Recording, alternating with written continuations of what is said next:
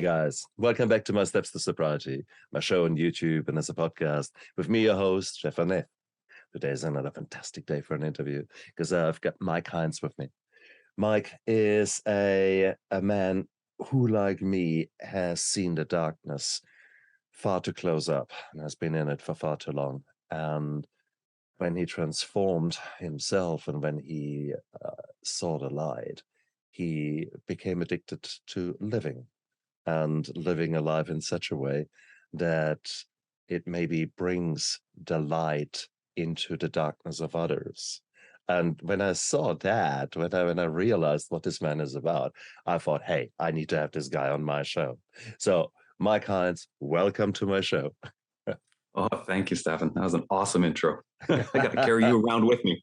Yeah, well, we both are passionate about our transformation. We both are passionate about the fact that we all can live lives that are worth living. Yet when we're in the darkness, we don't see it. Tell us a little bit about your own darkness. Tell us a little bit about your own transformation. Well, hey, I do think it's one thing to bring that message out to people. It's like, hey, there is another side. There is a dawn.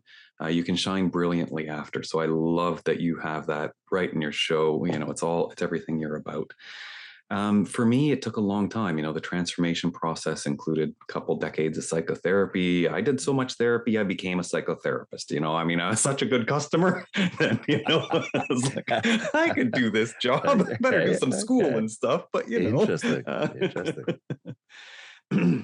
But it was really helpful. I did really all kinds of things. Actually, moved in with some other therapists who were trying to learn to be therapists, and we, created this little kind of almost community. So I spent my 20s that way, studying, working a part-time job in a grocery store, going to university, and then at nighttime in my spare time, sounds like there isn't any, but I was learning to do psychotherapy and participating in my own process. Which, of course, is such a beautiful baseline from which to work, keeping in mind that it's very hard. I mean, you if you have been in the darkness and you talk to someone who hasn't been, you see it a mile away. I can see you can't bullshit a bullshitter. So actually, for you to know what you're talking about is beautiful. May I ask what led to those 20 years of psychotherapy?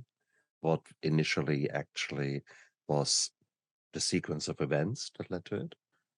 Yeah, certainly I had, a pretty standard suburban upbringing, which meant my family was, roughly the same messed up as everybody else on the street. The lawns were cut, of course, and inside the houses, it got a little weird, usually every week.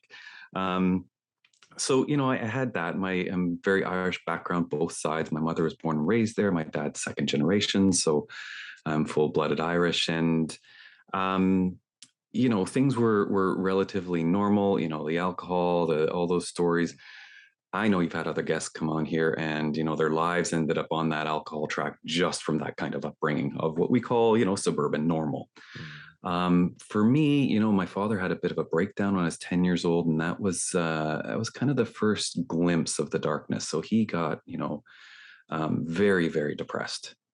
And he went from being like this superhero in my eyes to a man who was really struggling and, facing his own demons. I didn't know this until after I wrote a book, what was really going on for him. And he says, geez, I didn't know you're having a bad time of it. I knew I was. And I was like, Dad, you didn't know?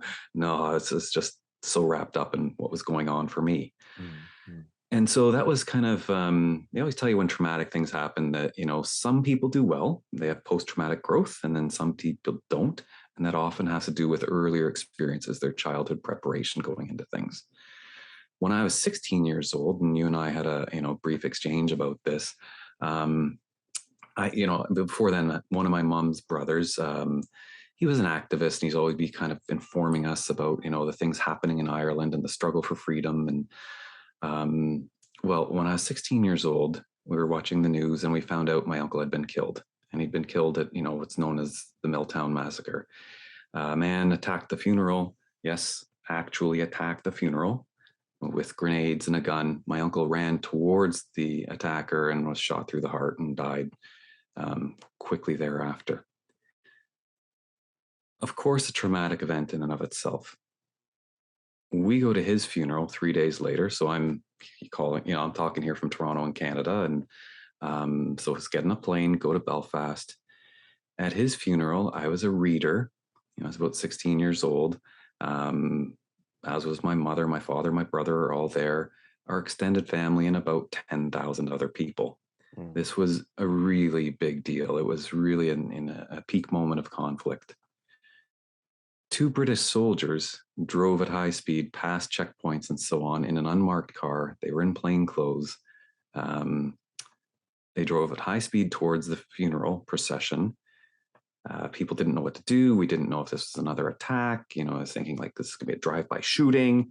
They stopped because there's just so many people there. I mean, thankfully they stopped.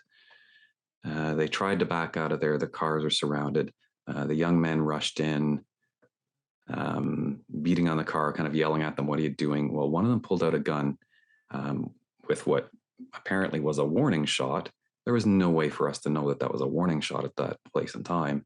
And when the gunfire was heard, everyone attacked for real. They pulled them out of the car.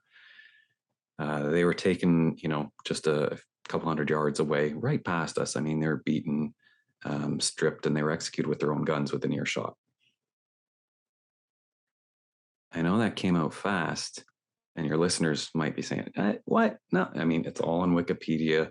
I'd rather you read the version that's in my book, because it's the things that I read online are quite often by people who weren't there. And, for the purposes of that place and time, there was a media spin on things.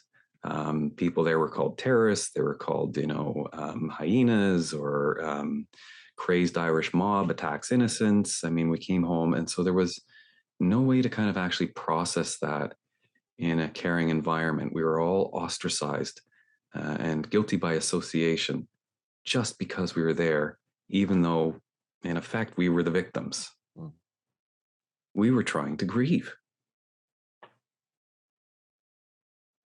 And it's really hard, that story, because when you look behind the scenes, these were actually plainclothes servicemen, English servicemen, who, as there are different stories around there of what happened exactly. Absolutely. And that's the weird thing. When I tried to look up that massacre, I found I was more confused than actually found the facts. And I think that is the real hard thing. But let's go back to, regardless what happened, why it happened, etc. What happened for you was you were already in emotional turmoil with a family member having been killed in a very dramatic way. There would have been so much emotion just going to that funeral procession, being swept away, I guess, also in the moment, in the power of all these people turning up there. So you're in this crowd, and suddenly there is this new, absolute, perceived, real threat to your life, because in your mind it was. It was. Yeah. And regardless how it then turned out, that threat was still there. So if you're ticking through things, likely things that cause PTSD, well, thank you very much. You're ticking a full house there. Congratulations. Yes. You would be a weirdo if that would not leave a mark on you. So yeah, I mean, it was a sort of event that's life altering, no matter how you deal with it, whether you have the psyche that can cope with this and carry forward intact. For me, that wasn't the case. I mean, I tried to pretend, certainly that I was fine. I mean, I was a young man, and Yeah. Well, exactly. You were 16 then, wasn't it? Yes. It says you were just 3 years older than when I had my gang attack. So your psyche is anyhow messed up. And it was the 80s. It was PTSD was not really well known. I don't think there was a label yet. Yeah, I mean, exactly. we still had things like, oh, you've got a bad case of the shakes, or, if you were in the war, you had shell shock. I mean, That's right. Yeah. And how do you cure the shakes? Well, alcohol, and then Touche. Exactly. It's like you can see where this gets into a bad way, Absolutely. all too easily for all too many people, right? And as it has been for generation before. So it Yeah. is, you're a classic example. Was there any help within the Irish community? Was there any banding together? Were there, when you said you had access to psychotherapy, how did that come about? Where did the help come from? So, I mean, we all got back in the plane in my family and returned to Canada. And I think for my cousins and aunts and uncles, it was a little different. But it was not at all easy. I mean, some of them received death threats and couldn't live at home and all sorts of things, right? For a period of time. But we were in a weird kind of way quite isolated because we were the one family on the street that had this crazy experience. It was all over the news. And, I had friends to go to. I had, some good teachers who tried to help, which the help, of course, I refused. you know, and what happened is, like I did some things that were maybe not the brightest in some sense. I was at a school that was, helping me academically, and I was very athletic and in a tight little community. Well, I left that school and I returned to the school where I had these lifelong friends. And I don't think you could ever, in a certain way, describe the value of having lifelong friendships for someone who's a teenager. And we try to do just normal teen things. Now, when I was at school, I'd gone from, being second in the math class. I was 1 year ahead and still second place in the math class, to getting a 0 on the test immediately after the event. So it was just like things swirling around inside of my head. I couldn't make any sense of it. And that's the math teacher came over to me immediately after, and she says, okay, look at, I want to help you and support you. You can come and, sit after class and work through this and do the test again. Like, no, I'm good. Like a typical teen. So it didn't happen for a while. And my dad, of course, had been in psychotherapy, as were my parents. And, in a very real way, the whole family was traumatized. So there was access to therapy, unlike most people, even at that time. But this event effectively broke my parents' marriage. It took a couple years to fully unwind, but I mean, neither of them were really the same, nor were they the same with each other. And, all kinds of trust was broken in a fragile relationship to begin with. It took a couple of years. I go to a friend of my mom's who knew someone who was a guidance counselor, because I went from being a star student honor roll to, not going to school, missing the bus like every single day. Now, that may have just been normal teen, or that may not have. I'll never figure it out. But I wasn't really aligned with life. There's just no other way to describe it. Mm-hmm. I was in the darkness and trying to wear a smile. And I'm sure people can relate to that, and trying to function. And, this one lady just said to me, who's a career counselor, she says, you've got to actually just stop lying to yourself and everybody else. I want you to take a course. The only person you're destroying is you. You've got to figure out that this is your life. And by being angry and acting out the way that you are, you're only hurting yourself. Like, wow, talk about your verbal 2x4. I got whacked across the side of the head. Beautiful. A few more followed. I went to that, weekend course, and then I actually got myself into therapy a short time later. Wow. That takes balls for a young man to jump over his shadow.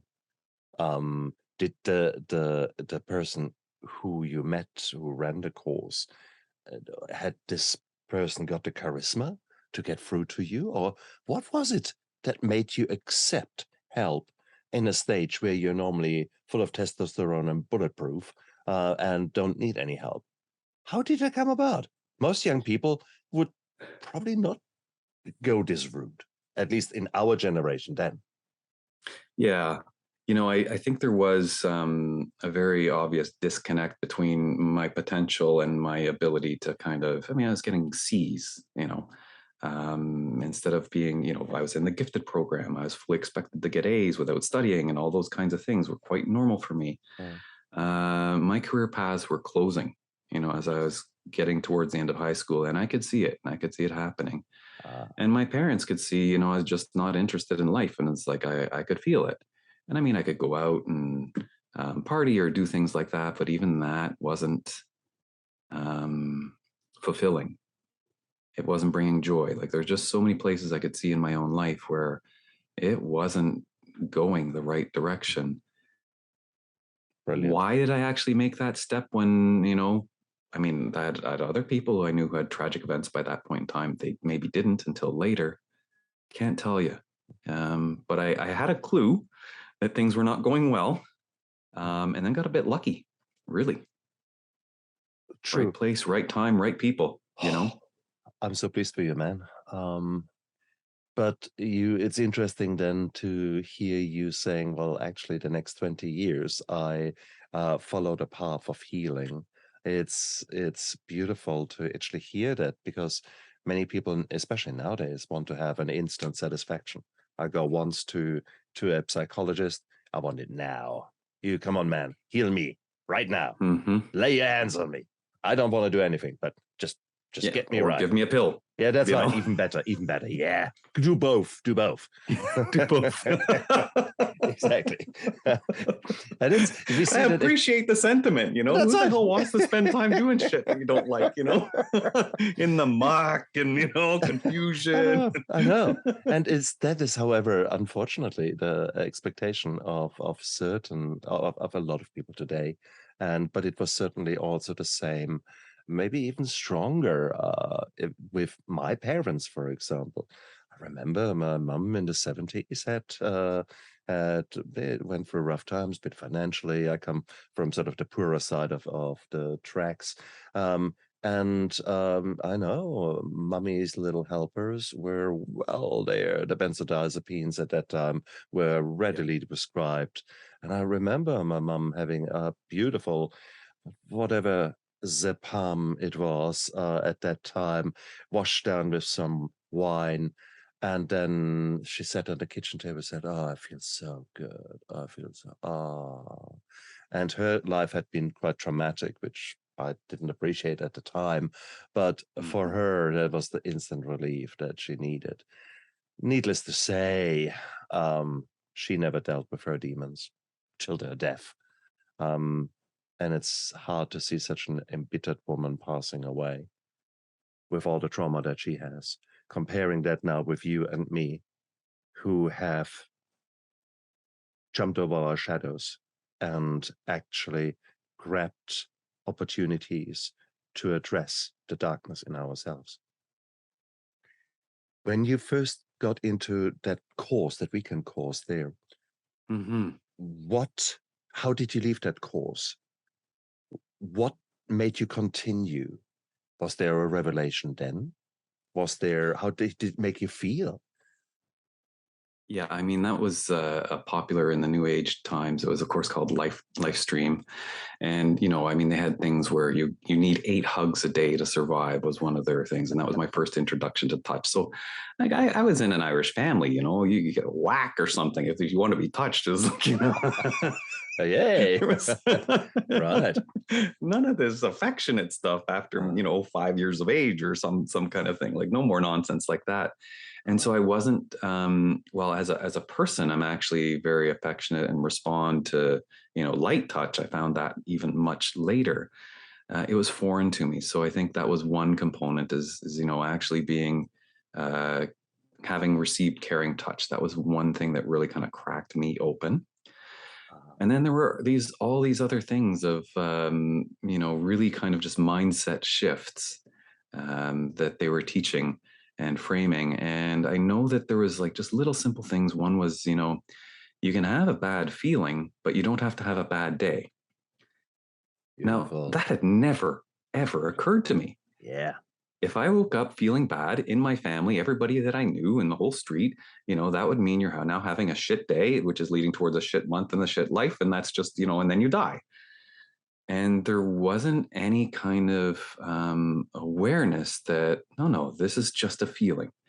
And if you spend a few minutes, you feel it, it passes, whether it's a good feeling, a bad feeling, an anxious feeling, a depressed feeling. There's some sensations. Some of them are uncomfortable. Some of them are joyful, but they pass. The ride is over and you can move on with your day and you get better at it and you can be quicker at it and you can function at a high level more often. That was mind blowing. That's cool shit. That's cool shit now that I believe in 8 years after getting sober. I believe in because I'm now in my 50s and I've gone through a lot of bullshit in my life. Yes, for me now to accept it and run with it, that's cool. I expect it to a certain degree. I don't expect it from a young man shortly after some very traumatic events within the time frame of a week or of a weekend course. So okay, this is cool. But I mean, like you're saying though, was it a weekend cure and life was good all of a sudden? No, there was like the next week crash, of course, right? It's like, oh, now I have to do so much work, Okay. Oh, these feelings they told me. It's like that idea, of course, is perfect. But when you're used to living a whole life in the muck, for the past few years and maybe being set up to do so ahead of time, there's a lot of shoveling to be done before it's a clear path. Oh goodness, hell yeah! How did the story continue? I mean, here you were as a teenager struggling to get academically back on the horse. Did you manage to, or how did you leave school? Yep. I got through high school kind of barely. The talents plus some finally hard work and applying helped. But it wasn't easy. Setbacks would really set me back. I didn't really have a solid foundation at that point in time. And I just needed to keep doing work and keep kind of restarting. Shortly thereafter, first girlfriend, that was amazing. Then we broke up. I crashed again. That's what I mean. Like setbacks really set me back. Interesting. Back then. Interesting. Right. And that's where, the therapy really started to take effect. Were there any bouts of prolonged sadness, or was it just reactively low mood? Were you cycling higher than other people? Cycling, I don't mean cycling here on a bike. I mean, actually you cycle through mania and yes, I feel good. I love life to, oh, I want to kill myself. Did those swings happen with you? It wasn't so much the swings, but I would say I spend more time down than your average person. Interesting. I would, at one point, I was definitely depressed. I remember, we lived near this subway station. I was now out on my own, living with friends in the university phase, but I used to dread going out because I knew I'd have to come back on the subway and I'd have to get up those 3 flights of stairs, and 3 flights of stairs was unbearable. And that was enough to keep me in bed some days. Just the thought that I'd have to deal with those 3 flights of stairs later was unbearable. And, I remember talking to another person. He's like, yeah, you know how I got out of my depression? He's like, I just made a commitment to myself to put on my socks. And he says, because by that time, it doesn't feel good to go back in your bed. You've got socks on. It's not comfortable. And I really understood because I'd had a phase in my life, several months, where I was like that. Now, I was mostly functional, and this is my early 20s, but I was absolutely depressed. Wow. You were doing active psychotherapy throughout that time? Absolutely. And thank goodness, really. At that point in my life, I was doing a one-on-one session, every week, every other week, and then a weekly group. And And, soon after I started to look in, it was after I'd gotten through the depression, and I'd start to get the sense that, okay, I can do this and make it stick long term. My life is actually in my own hands. Like I'm a participant, not just a victim, where I have some say in how I feel long term, in what kind of success I may meet, in how I deal with the circumstances of my life. I was working in a grocery store. I had not much money. I had to pay rent. The scholarship things that I should have had a chance at, they all went, far, far away through my own actions and inactions. But I had a path. Did you feel like a failure then? Did you feel Failure, like a victim? Oh, my inner victim, absolutely. Failure was like an ongoing feeling for years and years. And really reconciling that took a long time. Were you resentful? Oh, for sure. All of that victim mindset was bubbling underneath the surface. And so for me, it was one of these things of, how do I actually kind of make what I know in my head, because I was reading books voraciously. That never went away. That was like a coping mechanism, and it paid off. Reading books like Campbell and Carl Jung, and a lot of the New Age stuff, and things like Jonathan Seagull, and some were very simple, some were fiction. I was loving science fiction, philosophy. So that all helped, but actually kind of getting that to live in my heart took longer. Right. And then actually knowing it so that every single cell of my being knew that I was alive and started to radiate. And then I tell you, when you cross that line, the universe changes. You're suddenly cooperating with the universe, and it's cooperating with you. And people come up to you in the streets and ask you, it's like, how did you do that? How are you looking so good today? What's going on in your life? And it's like, well, no, I'm just, I just got out of bed and I'm feeling this way. But very different than kind of being targeted, being, early on, I could manage, I could manage to find a fight in a bar. I never did fight, but it would just be like, people would find me and the eye contact would be confrontational. And that was just everything that was inside of me. I was just ready to battle, as it were. Now, I didn't, after maybe 13, 14 years, ever get in a fist fight, but I was giving off the vibe until I turned it around. And no surprise, you've had chronic fight and flight. You were chronically, well, let's go through let's go through the symptoms. Were you hypervigilant? Did you actually show the signs and symptoms of PTSD? Yes, of course. So I had absolutely hypervigilance. For anybody who's kind of watching us on YouTube here, you can see my shoulders. I'll just explain. They were up like this all the time. So the musculature on my back was raised up. So if you lift your own shoulders, try and get them kind of to attach to your ears, you feel that, right down in the glutes, you're no longer properly sitting on the chair. I was elevated and in a kind of a stuck fear response. So I was walking around that way, for a good 5-6 years until, again, a therapist said, you need to get a massage. You need to get your body to start cooperating, And I almost felt like I had a blackness that was stuck in me. And I mean, it would have entered that day at my uncle's funeral. Like it just stuck. I got stuck in what we'd kind of call the startle response. If you were to look at that, that's how I felt and often looked. Were you tempted to then become physically a different version of yourself? I mean, for me, I got drawn to martial arts, like a moth to a flame, and because I never ever wanted to be in the position of a victim. I wanted to be the fighter. I wanted to be a Rambo. I turned into Rambo. Was there an equal path for you? It's really interesting. I was terribly frightened of physical contact. And Yet I was a very physical person, and so that one course, it's like it gave me a clue. I liked being hugged, um, and it wasn't until after I got a massage, and then in particular, I received a craniosacral therapy session, and it was like I had this almost, I'm sure it's an exaggeration, but it was like an enlightenment experience.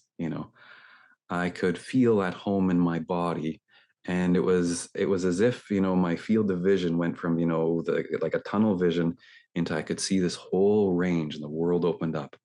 Well, physically, of course, it was opening up because I was coming out of hypervigilance and I was coming into a relaxed, natural state, but it was like mind altering for me. That's right. I mean, someone switched on your parasympathetic nervous system with that. Precisely. So, which is the opposite to the fight and flight, which is the system that you need to heal, the need that helps you to make sense of the world. And you had been in the adrenaline Yeah. all the time. Yeah, and I mean roller coasters and things like that. Adrenaline junkie for thrill seeking and all those kinds of things as well. Finding that body work changed everything. I decided I have to go and learn what this is. I have to learn all about it. I have to learn how to do it. This is fantastic. Okay. Now, So I pursued body healing, hands-on healing, much the way you pursued martial arts. Yeah. Right. Interesting. Yeah. So that was your outlet for years and years. Yeah. Beautiful, beautiful. What about the alcohol? I mean, here you were born into a drinking family, and at a time when drinking was absolutely part of life. Yeah. What did the alcohol do to you? When you drank, what actually happened? Yeah, this is a good question. So, I'd say different things at different phases. I'm 16, 17, we're certainly looking around for places that would serve us. It's the age of drinking is 19 where I am in Ontario. So there were spots at that time that didn't care so much about ID, and gained a bunch of weight, like that early phase of, wanting to numb, wanting to turn off, definitely happened. And then, back in school, and I let up a bit or a lot. I never got in deep trouble with alcohol, but it didn't mean I had a healthy relationship. Lucky that you didn't get the dopamine rush that gives you that peace, at least for a fraction of a second. I know when I've talked to people, I eventually worked in, high-end addiction treatment center. And I said, okay, well, there's a difference. So there's different models like the A model and behavior modification. People say, oh, I don't drink much. It's like, okay, well, like, are you having a glass of red wine to go with your steak because it enhances the meal, or is something else happening? And, invariably, you'd be, oh, no, there's something else happening. And so for me as well, sure, there would be something else happening. Would it be mood altering? Absolutely. Would I seek it for relief? Absolutely. Would I have cravings? Absolutely. I think I have the good fortune of just not having kind of that need where it drives me over and over and over. It's beautiful. But I really appreciate it because, again, at different places in my life, if I went through the AA pamphlet in the back of the book, it'd be check, check, check, check, check. Right. Exactly. Okay. Interesting. So fast forward now, you're living now a very different life. You had a life of working on yourself. Yet the psychotherapy that you had for many, many years is unfortunately known to be not a very fast and maybe efficient kind of treatment system. Mm-hmm. It takes bloody time and money because all these sessions cost money. When did you first realize that actually there are different ways out there? I mean, you already were there. You had psychotherapy to start off with. Then you felt the power of touch and healing and became a more maybe physical aligned person when it comes to healing practices. How did that story continue? Yeah, that became an interest. So what I actually ended up doing my kind of undergraduate projects on were dreams.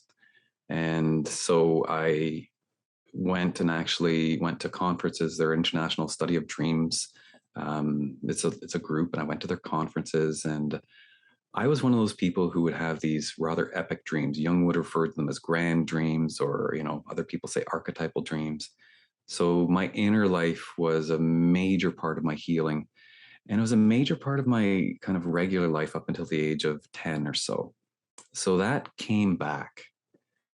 And, this is how I kind of get into my book. I had these, coincidences and serendipitous experiences, and I would meet people, sometimes a taxi driver, sometimes a bookstore owner, and they would give me a kind of a clue as to, hey, buy this book, or hey, go to this place, or, um, the the dreams intersecting with these coincidences became a kind of a guiding force in my life. And this is something that, people say, well, that's not rational. Like, didn't you just like look up online? Well, there was no online. Well, wasn't there a manual, you could follow? And it's like, yeah, but I wasn't too good at following the manual. I was very good at following this very intuitive kind of, right-brained, spiraling path that led deeper and deeper. And so, dreams, and by going to these conferences, it exposed me to some people who were really in all walks of life, but many. So some were academics, some were, martial artists, some were, yoga practitioners, some were psychotherapists, psychologists, psychiatrists. That was my first exposure into kind of the wider world, and different varieties of how the healing path may look, and also how you might shape a life. As hanging out with a whole bunch of book authors and people that were top in the field, and just having meals and sharing stories and sharing dreams, and finding myself completely at home, which was something that was missing for a very long time. Having that incident, being in my body and my experience the way that I didn't feel at home. And then I met a whole bunch of people where I just instantly did. And so I learned, okay, so there's more people like this in the world. I just have to find them. Okay, beautiful. When did that happen? Now, in relation to modern technology, we're about in my late 20s at this point. Okay, still no internet. No, it was not shortly easy to find these people. Hey, good luck. Yeah. At least you were in Toronto. You were in a large town where you had I was at in a least large resources. city. Yeah. And So there was places like the Omega bookstore. There was a New Age center. There was one in Mississauga where I grew up. There were some kind of bookstore central points that you could find these things. And then the internet does come along, just a couple of years later. I remember these conferences, exchanging emails with people and thinking this was the coolest thing in the world. Indeed. And then suddenly it becomes far more accessible to you, and therefore it's like an explosion of resources that become available and that you can tap into. But I think throughout your whole story, I see a man who is willing to take opportunities, to take action, and follow something. You were able to be infused despite fluctuating levels of happiness. You were able to see opportunities and willing to play with them. And that is very, very commendable, because certainly this kind of staunch Irish Catholic macho kind of thing, that would have been powerful enough to stop anyone in his tracks. And when you sissy, what are you reading that for? Kind of a thing, that a macho. What are you reading for? Not that. What are you reading for? Okay, go one step back. So how did you deal with that? Because that would have been ingrained in you from an early stage. So there would have been this core belief within you: a man has to be a man. There were certain things that a man must do or mustn't do. So how did you deal with that? That's one of those things that, in fact, doesn't go away. When when you know enough about core beliefs to kind of and you can really look at yourself in the mirror, there's days where you wake up and that voice is there, that kind of judgment of, you're not yet a man, or how could you do this? A real man wouldn't. Like in those days, Clint Eastwood was, Dirty Harry, and then he was Unforgiven, and I mean, so it was all these kinds of things. We had Rambo. You said Rambo. I mean, Rambo was a role model for most of us who were teens at that point in time. Exactly. Now, is that a good, healthy way to live? No, there's a man who effectively is operating with PTSD and unleashes a holy hell on a bunch of people who didn't know better. I mean, that was not a good way to make the world a better place. But that lives inside my psyche. Absolutely. Right. Absolutely. And so to not go down the rage path, because, again, like you're saying, core beliefs, well, I have a very short fuse, as it were. And so part of this lifetime would be, not so much mania on that side as this like a depression rage would be my emotional kind of negative landscape. And not to succumb to those demons and to learn over time. There's a lot of power in rage, right? You do want to somehow try and channel it into building a deck and not going on to some kind of, some kind of crazy spree, Love it. Love it. Absolutely love it. Sometimes anger, especially when it is filled with resentment, when you feel victimized again and add a bit of catastrophizing on top, you see the world in a very, very, very different light. And it is so easy to lash out, to then have the power of choice to give yourself that moment of calmness to say, okay, I'm so angry today. Let's do something about it in a healthy way. Now that is gold. Okay. Wow. Many young men. And I mean, I was so lucky. I was so lucky to have early exposure to things like meditation, where you can, effectively down regulate for yourself and have some early exposure to, body shape. And I think we kind of touched on this as, when we walk around and we're feeling in the victim state, we'll have our head lowered, our chest is usually kind of collapsed. And, that Born Loser, there was a comic strip when I was growing up, and you could just see that the cloud would be over his head. And everybody kind of knows what that looks like. But to actually kind of feel in your own body that, okay, my chest I can raise just a little bit, my shoulders I can drop down, I can take a deep breath, I can, kind of loosen up this kind of thing that happens in my forehead, in between my eyes, and soften my eyes so that I can change my own state and change my own shape, and then look at the world as it is. It doesn't have to be rosy. Just see it for what it is. And then that becomes a starting point. Right? Some days it's going to be a hard day. Well, do some work. Some days it's like a play day. It's sun is shining. Like, go live it and enjoy it. Very different than the permanent mindset that I was kind of raised in, like the world's a hard place, kill or be killed, dog eat dog. I had a lot of those messages growing up, like you kind of hinted at. They were all true. Tough was a value in my family. Not kindness, not curiosity. No, it was be tough, because the world was hard. And it was for our parents. And it is, in fact, out there. Let's be clear about that.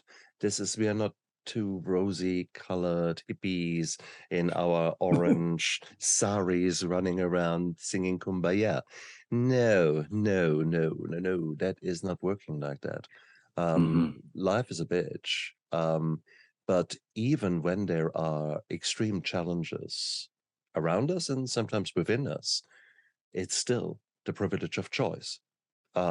You can get completely sucked up into things, or you can actually step back for a moment and make a choice of either believing what, for example, your mind tells you, what the wave of emotions tries to feed you as facts, or you can say, well, actually, I figured out a few ways how I can switch off the adrenaline and maybe wait for a few moments. Let me just go to the toilet for a moment and basically do some breathing exercises, and then come Yeah. back and now read that email again.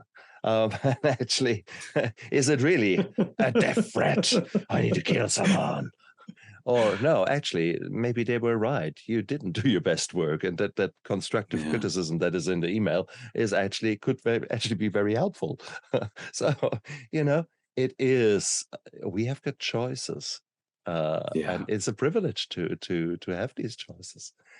We are not I'm, Pavlov's dog. We are not someone rings the oh, bell and an emotion starts. Well, let's put it like that. I think we There, can be though. Yeah. I was about to rephrase that. You're quite right. It still happens. The emotion Mhm. still comes. But if we want to believe it, if we want to act on it, on this emotion or on this core belief that it's just been triggered, that was laid down when you were 4, and which might actually no longer be so valid in your new life as a grown up, maybe that is where we need to start working. And that's where we indeed have powers that, when harnessed correctly, make us superheroes. And that's Yeah. exactly the title of your book, isn't it? So Indeed. you you actually decided now, okay, I've gone through so much shit. I've gone through so much different treatment options. Let's actually put that all together. Let me actually explore that and come up maybe with a system and maybe with an approach, maybe with a way of providing insight that can help others. And that's sort of the beautiful, that's a step 12 in the AA program, when you start giving back to others. When did that Yeah. happen? When did you transform from a man who was still working on himself towards now more a man who thinks, no, actually, I've got an intrinsic value through all that shit that has happened to me, that I now want to share that with others? How did that come about? Well, I'd say it's more about ratios. So I think, kind of post trauma, it was 100% in the shit and in the trauma and 0% in the, using my gifts and being self-aware Yeah. and kind of connecting. And then over time that shifts. And of course, life is a bitch, bad things have still happened, but how I respond to those things now is completely different. It's like, okay, I need a minute. And it used to be, a minute would not cut it for me. I had the style of anger. It's like, okay, I better go walk around the block. Nope, I better go walk around the city because I'm still angry. And it's Right. like, Right. so Okay. like I really appreciate, when people say it's like I'm overwhelmed by this emotion. It's like, yeah, I get you. I know what that's like. It took me days and days and days sometimes before I could see the wisdom in what somebody else had said to me and given me feedback, like on a test paper or something. It's like, this is wrong because, and small things like that could set me off. And I would say nowadays, the proportion of time is radically different. For the past couple of years, I've been an executive coach. I wrote the book about 1 year ago.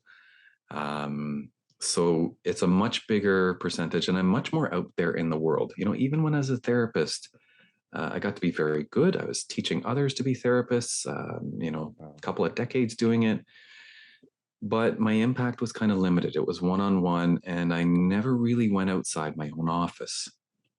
It was actually one of my clients that said, dude, like, you have to get the word out. Like, you really helped me. You helped me more in 3 months than, 5 other people helped me over the last 15 years.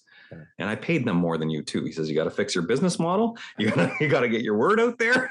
Oh, I like that. I like that. That was a I mean, good client. it was a really good client, that I had, if I had kept him any longer, I would have had to start paying him consulting fees and stop, it's like, and he was among my first coaching clients, Excellent. So I think that did draw a different kind of person to me as well. So it was, how I was saying earlier about how life starts to cooperate with you when you cooperate with it. Yeah. I was evolving. And so the people that were coming to my office were actually quite different also. Mm. And so the feedback that I was getting and the people that I was meeting, and ever since, the people that I'm meeting are extraordinarily kind of difference makers. building impact. And so a world is opening up to me continually, day by day. Yeah. I get to have conversations like people like you. Like, this is awesome. That was not available to me 20 years ago. I was too busy telling people to F off half of the time. So true. So freaking true, isn't it? Exactly. But whose fault was that? That was me, you know? That was me being closed to possibility. True. So true. But oh, please, it is. Oh, there's so much to be said about that, from the misguidance of youth, where we all think we have to do it all ourselves. And even nowadays, for crying out loud, I've got two young men. One is 20, 21, the other 21. So both of them, they have seen me at my worst, and they have seen my growth over the last 8 years. Do they still want to make their own mistakes? Hell yes. Absolutely. Do they still listen to me? They never did. They probably never will. Why start now? Exactly right.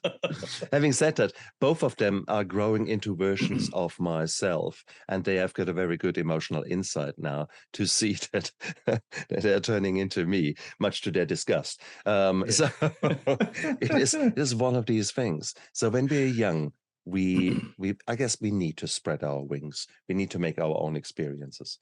So whilst it is so sensible to have power teams for us now, as when you're young, it's very few people have got the emotional maturity to actually accept the guidance and accept the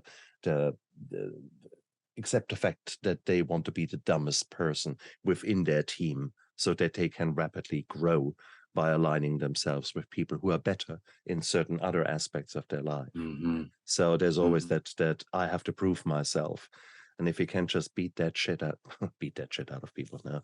I mean, see, just the choice of words that I'm using shows that some of the thought models that have been laid down deeply inside of me. It's interesting. It is. So this is an ongoing path of change, of healing, of growth. I think we all need to recognize that as an opportunity, not as a curse, not as something, oh God, no, I have to grow again. No, actually, yes, I've just fucked up. I can grow again.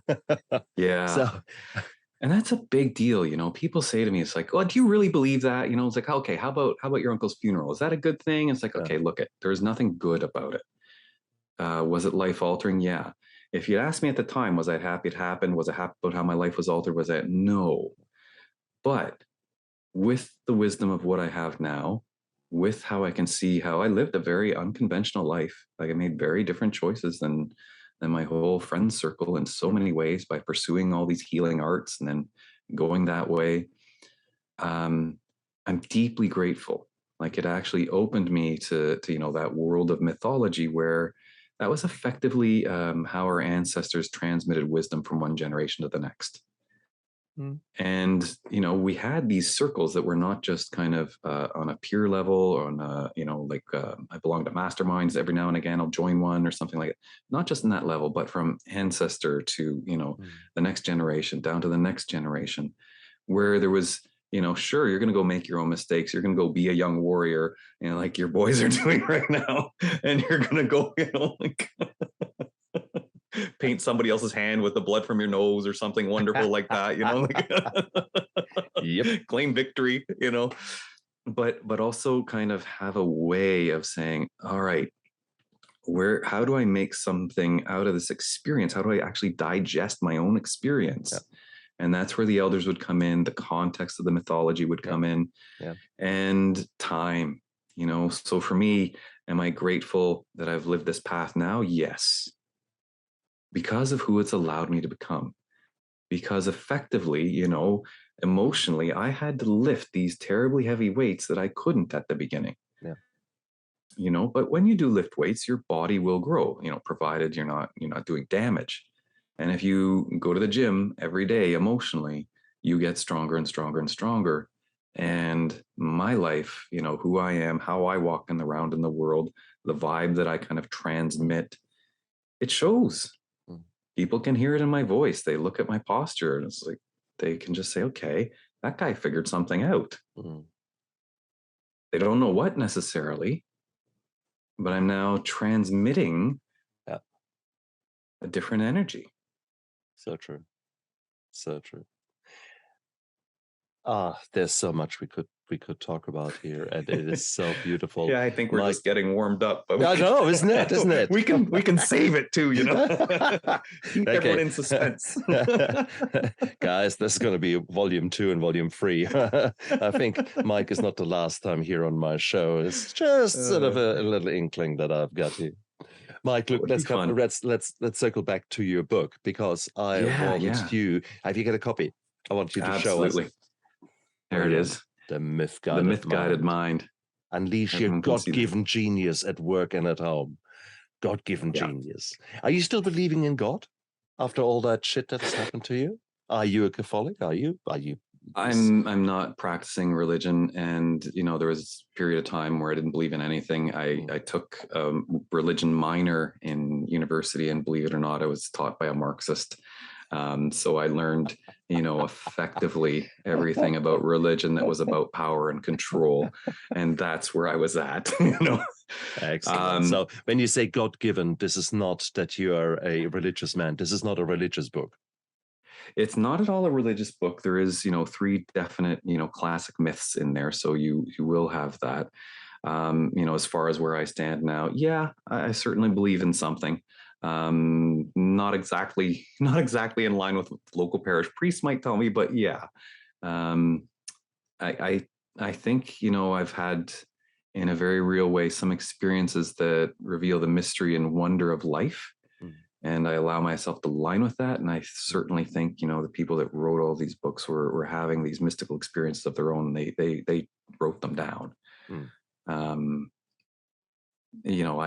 I think there's more to life than certainly what the rational mind would tell us. So I'm very firmly over there in that camp. Who knows about the rest? Exactly. And I absolutely agree with you. And that's a beautiful thing, because we both have exposed ourselves to different healing practices. And there are certain things, when you experience them the first time, you think, bloody hell, like the craniosacral healing. You could go into the religious way of the power of secluding yourself somewhere into a cloister and doing deep prayers and really engrossing yourself in that. It's a form of meditation, just with Jesus Christ sort of thrown in for good measure, as far as I'm concerned. So there are different ways how we all can go about achieving the same thing, bringing peace and quiet and serenity for a moment into us, so that our body actually can say, thanks for that. Okay, now let's look around. How can we heal? What's the next thing that is best to be addressed? And when you actually do that, when you actually learn to stop for a moment, your body comes up with the right answers, often enough, without you having to try very hard. Suddenly the solution to a problem is just there. And before that, you couldn't see it. And now suddenly, but it's like the dance moves suddenly, and it's not like something you're figuring out. Exactly. And it's beautiful. Yeah. Oh man, where can we get your book? Awesome. Oh, the book is available on Amazon.com.ca, wherever you happen to be. Fantastic. It's an easy download. And if people want to know more about you, where can they find you? Oh, so michaelhynes.ca. Last name is spelled Hynes, not like the ketchup. So michaelhynes.ca. Social media, I'm most active on LinkedIn. And hopefully that's in the show notes, or you can look me up. It's pretty easy. And I'm also available on Instagram and Facebook, but those I don't use a whole lot. You can find me. Which is cool. And you're quite right, Mike, down there. Look into the description of the YouTube video and the podcast. And whilst you're down there, press the like and the subscribe button and that little bell there, which basically gives you notifications every time I release another show, which happens twice a week on average. And when I say on average, often enough, it's more often, because I have got such beautiful, beautiful guests on my show, where sometimes don't want to wait. Sometimes say, no, well, yes, you should be now in October in your release date. And I said, fuck it, nah. No, this is no, I can't just sit on that wealth of beautiful information that is coming out. So no, so guys, check it out. But more importantly, check out Mike. This man has been through the ringer, and he has transformed. And that is a beautiful thing to see. And he is now helping others to exactly achieve that, become the superheroes that they deserve to be. And that's a wonderful mission that he is on. But that comes from being a victim to being a survivor to being now a thriver. So there have been two transformations that happened in his life, which now gave him the power to go out, help others. And that is wow. So Mike, I'm very, very grateful that you came onto my show. Any parting comments, any kind of nugget of wisdom, one thing that you could leave, one message maybe that you could leave my audience with? I think I just, as I did that, I took a deep breath, and I would say, maybe join me in that. Like, just for a second, take a deep breath all the way in, hold it at the top, and let it go. And then take a step forward. Beautiful. You'll see sometimes just that one action, it's like that little butterfly effect. It takes you just that little bit different path that starts to lead to something better. I could not agree more, Mike. I could not agree more. Mike Hynes, a fantastic guest. Thank you so much for being a guest on my show. And you guys out there, look after yourself and live with passion. Bye.